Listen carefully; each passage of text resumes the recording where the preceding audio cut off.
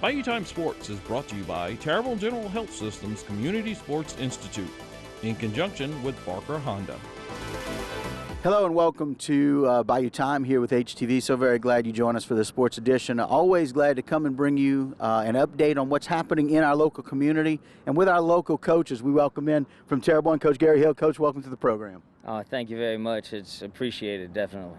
Well, look, Coach, I know, COVID was tough. We dealt with a lot of things. But tell us a little bit about how summer practices went for you guys and how things were going preparing for the season. Going into the season, I thought we were preparing pretty well. We were going to have some young guys kind of fill in from the guys we lost last year.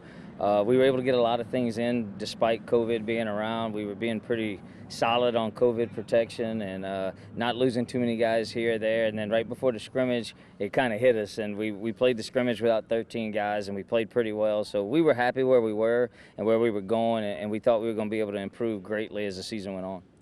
And so now COVID plays itself out, and then Ida hits. And, boy, you can see Ida everywhere and its impacts, but I don't know if people realize the kind of impact that you coaches are dealing with. Let's talk a little bit about what has happened and how that's affected some of your players. The devastation that hit the community was definitely great. It was tragic. There's a lot of people out there still suffering, and, you watch TV and you're like, man, how are they missing Houma and Lafourche like this? But, we're here to try and provide some sense of normalcy to these kids that remain and get that going. And our coaches are giving up time to show up throughout the area, not just us, to come and provide some kind of high school experience to these kids because they've had a rough 3 years. So, we're trying to be here for them and do our job and provide the experiences that we had as kids back to them the best we can through all these, pandemics and then, of course, Ida. So, it's rough. We've lost some good players. We've lost a lot of players, but we got a lot of players that remain, and we're trying to just give them the best opportunity possible. Well, you bring up a really good point. This community has been very resilient, and I'm glad you brought up the coaches and some of the people that are behind the scenes making a difference just to have these kids some sense of normalcy. Speaking of some of that normalcy, any areas where you felt like you've maybe filled some positions this year with some of that young talent that you talked about? Any certain position players that we feel like we really want to look forward to? Oh, we got a lot of sophomores and freshmen going to be on the field for the first time in 5A football, and, they're going to get a chance Saturday to go out and perform. But, Malik Miles is coming in and having to play running back. We lost our two main running backs due to Ida, and we got to get him going and teach him the right way and what to do, and he's been doing a great job accepting that role. We got 3 sophomore linemen with 2 seniors. Our seniors that remain are doing a great job of helping lead the team on that side and kind of keeping that going because there are only 2 seniors left on offense. And Kyron Robinson's our quarterback. He's a junior. He played a lot of it last year. He's back, and he's taking on more of a leadership role with some of those seniors leaving after Ida. And we just got to keep getting better there. Lost a lot of young kids with Ida, too. Our drawing district is a lot of the apartments that are having the people have to get out so they can repair those things. So we lost about 18 kids.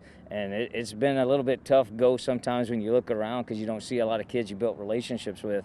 But we still building the relationships with the one we got. We're trying to make it fun for them. We're trying to give them that experience to where they can kind of forget about all the duties they have at home and responsibilities and maybe some of the things that they see that aren't normal and they're having to deal with.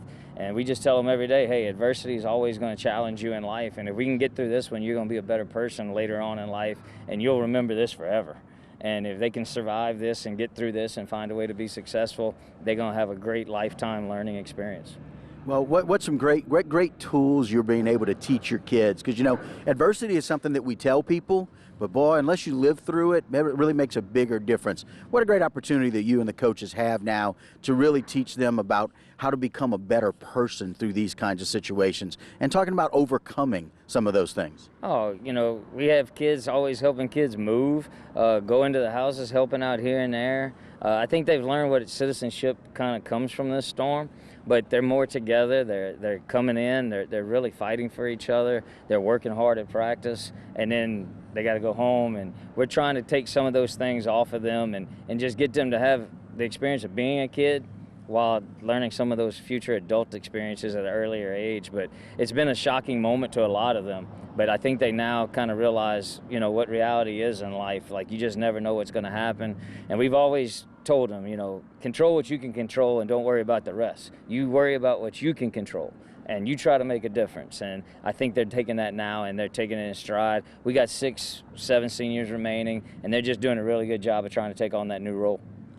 Well, one of the other things that's always important is kind of one of the things you mentioned to me is about kind of keeping things light and kind of keeping things fun. How were you and the coaching staff able to do that here at Terrebonne?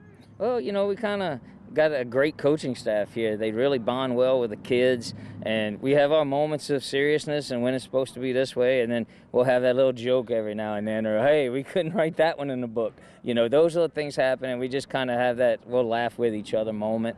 We try to keep the game, try to keep practice up tempo, just try to keep them happy and get them flowing and let them enjoy their 2 hours while they're here. And, a lot of people probably wondering where all these teams are practicing. I mean, the logistics are tough. Everything's at our stadium, so we've had 4 teams practicing on our field. We've got with all the other coaches, put a schedule together. So we're all working together for every team to try and make every kid feel like they're a part of something and they can fight through this. Well, one of those things that's so very valuable being the host is that Terrebonne here, like you said, hosting 3 other schools. It's the way that our community is coming together. Y'all are proving that.